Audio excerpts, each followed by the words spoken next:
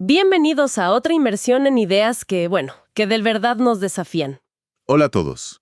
Hoy volvemos a las páginas de Mentes Peligrosas, Psicología del Dolor, del Crimen y de la Reparación, del doctor Siegfried Castel-Britton.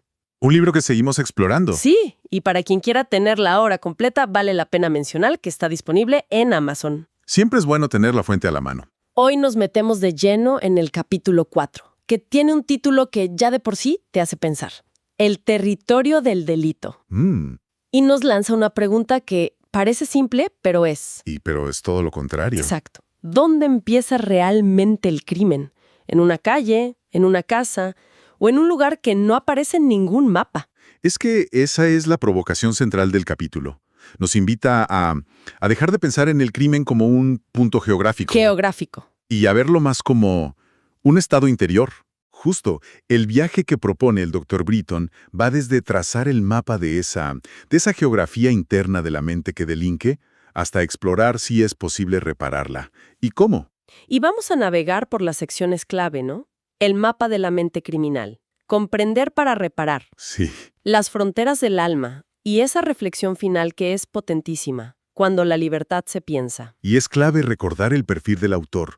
El Dr. Britton es experto en justicia criminal y psicología forense. Claro. Y una de sus ideas más potentes que vamos a explorar hoy es que no existe una única mente criminal. Él habla de múltiples geografías interiores. Y eso ya de por sí rompe con muchísimos clichés. Totalmente. Y lo que hace que su trabajo sea tan valioso es que no se queda en la teoría abstracta. No, para nada. Él conecta cada concepto con su experiencia práctica, con casos reales de sus investigaciones en lugares como Medellín, Colombia. Ajá. Y con los resultados de su programa de justicia restaurativa. Es un puente constante entre la ciencia y el dolor del alma humana. A ver, entremos en esa primera idea que es muy fuerte. El capítulo arranca diciendo que el territorio del delito no se define por coordenadas. No. Sino por emociones, que no pertenece a una ciudad, sino a un estado del alma. ¿Cómo es eso? Suena casi poético. Es que lo es, pero tiene un fundamento psicológico muy profundo. A ver. El autor argumenta que el crimen es la última manifestación de un proceso de quiebre interno. Ok. El delito, nos dice, surge donde la palabra se rompe, donde ya no hay lenguaje para expresar el dolor. O sea, comienza en el silencio. Exacto. En el silencio de un hogar donde nadie escuchó, donde el amor se transformó en miedo, o la esperanza simplemente se agotó. ¡Wow! Antes de que se rompa una ley, ya se ha roto un vínculo humano fundamental. O sea que el acto delictivo es como la punta del iceberg. Totalmente. La punta de una historia de desconexión. Me viene a la mente el ejemplo que da sobre Medellín, que es muy específico y muy duro. Sí, es muy potente. Cito una idea del libro. No matan por odio, sino por historia. El delito allí es una forma desesperada de ser nombrado. Hazle en el clavo. Esa frase resume la tesis. Es que es brutal. El acto violento no surge de la nada. Es la consecuencia de una narrativa, personal y colectiva, de invisibilidad, de falta de reconocimiento. Y aquí es donde introduce su teoría de la restauración de identidad, ¿no? Justo ahí. Y es un concepto clave. Suena complejo. ¿En qué consiste esa teoría? Pensemos que nuestra identidad es como un edificio. Ok. Está construida sobre cimientos de afecto, reconocimiento, pertenencia. Lo básico. Lo básico. Traumas como el abandono, el abuso, la humillación constante, son como terremotos que agrietan esos cimientos y dejan la estructura muy inestable. Claro. El delito, desde esta visión, es un intento desesperado y disfuncional de poner un parche en una pared que se está cayendo. Para que no se derrumbe todo. Para sentir que la estructura no se derrumba por completo.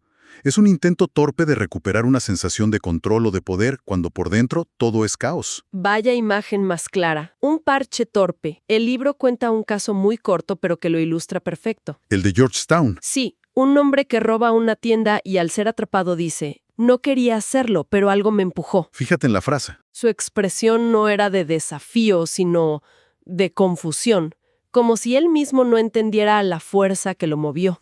Exacto. Ese algo que lo empujó es el territorio del delito. No era la tienda, no era la calle. No, era ese caos interno, ese dolor sin nombre.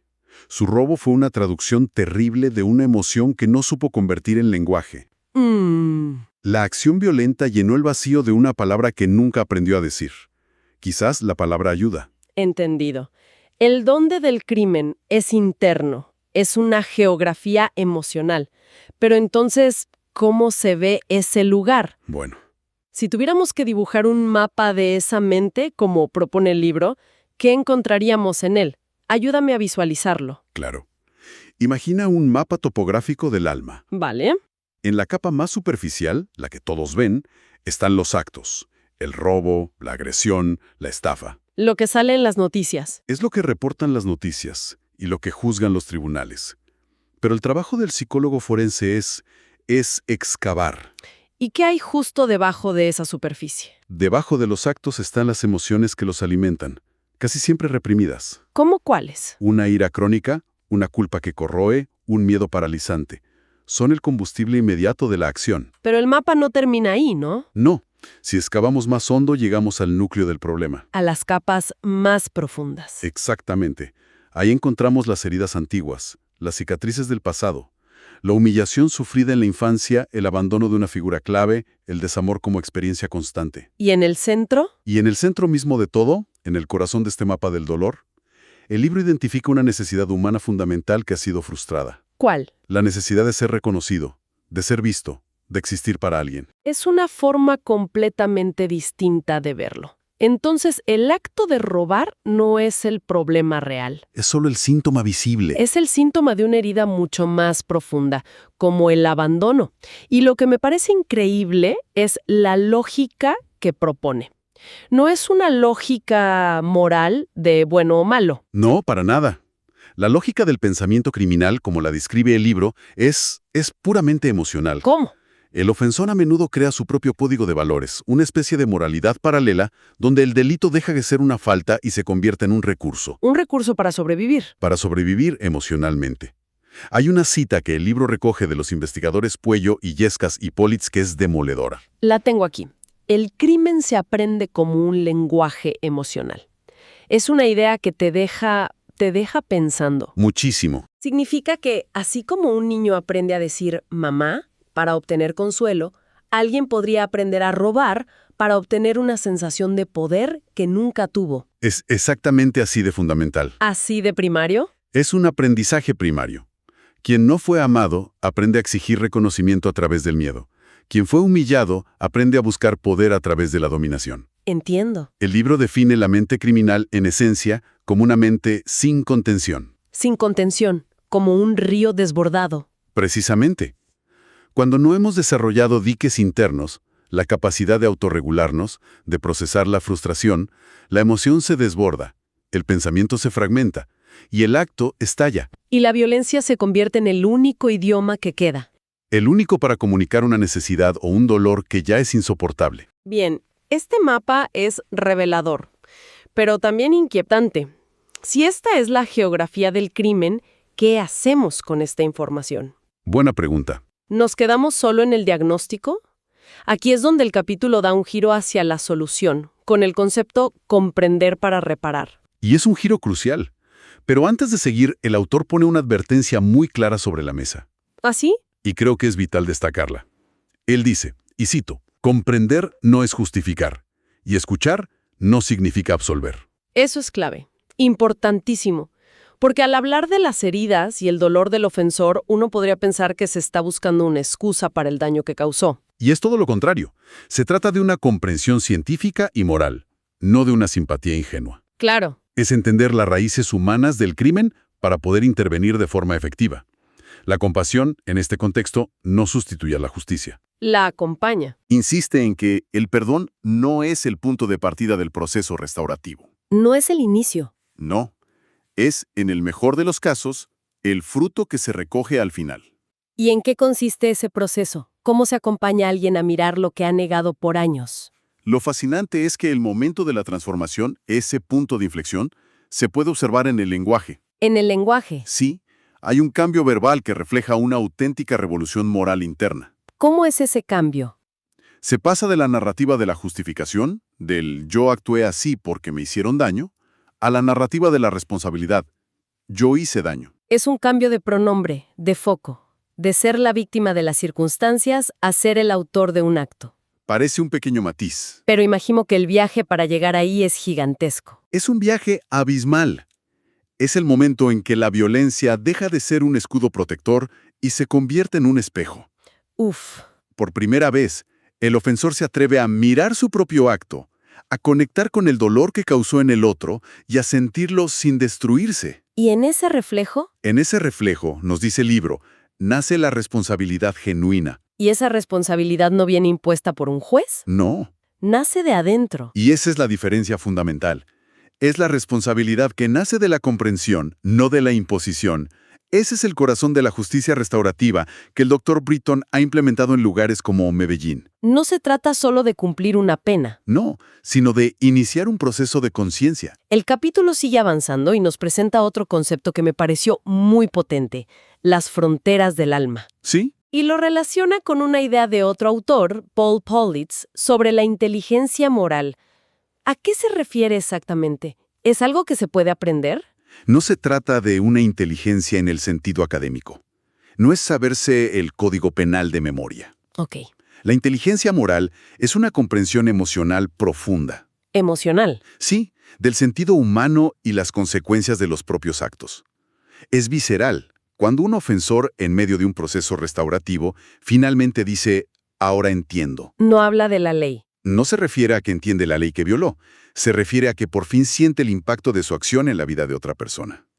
Logra conectar con el dolor que causó. O sea que esa conciencia del dolor ajeno se convierta en una nueva frontera. En una nueva barrera interna que antes no existía. Exacto. Es una frontera del alma.